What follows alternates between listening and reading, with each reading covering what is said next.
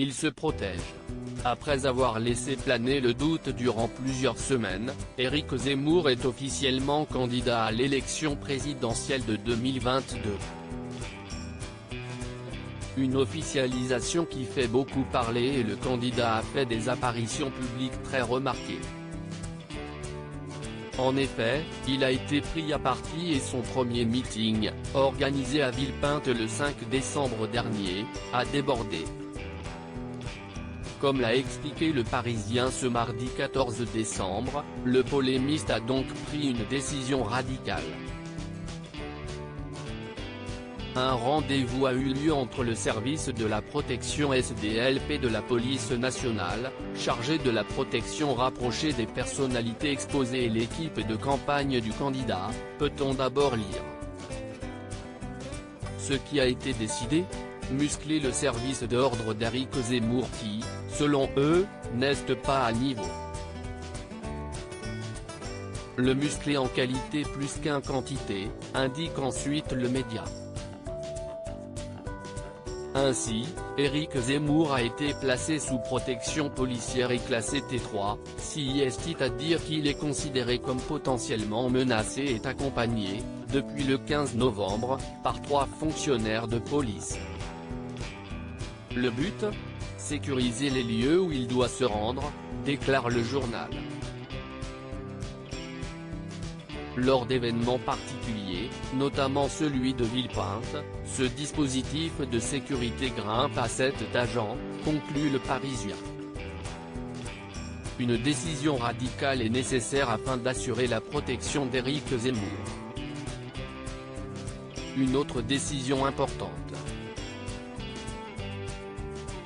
Depuis son meeting chaotique, Éric Zemmour prend de nombreuses précautions. Ainsi, s'il a souhaité renforcer sa sécurité, il a également décidé de contrôler ses prochains déplacements. On ira désormais dans une France sans Antifa, note de la rédaction, des groupes antifascistes d'extrême gauche, a-t-il d'abord affirmé. Son but ? Éviter les grandes métropoles, poursuit-il ensuite. Ainsi, son équipe de sécurité assure qu'il est important de filtrer les éléments perturbateurs en amont. Depuis le début de sa tournée promotionnelle en septembre, l'équipe d'Éric Zemmour passe au peigne fin les profils des personnes inscrites aux réunions publiques, explique Le Parisien. Ce sont donc une trentaine de personnes qui font des recherches afin d'identifier les perturbateurs et militants potentiels. Outre ce que l'on peut trouver sur Internet, on se méfie des adresses e-mail qui ressemblent à des noms d'emprunt ou des pseudonymes, est-il ensuite précisé. Des vérifications nécessaires afin d'empêcher de nouveaux débordements dans le futur. Pour rappel, malgré une protection très rapprochée, Emmanuel Macron avait également été victime d'un jeune homme qui n'avait pas hésité à le gifler en plein déplacement. Éric Zemmour à Villepinte, pourquoi son meeting fait-il autant parler ? Avant d'officialiser sa candidature au présidentiel, Éric Zemmour a souvent été pris à partie lors de ses déplacements.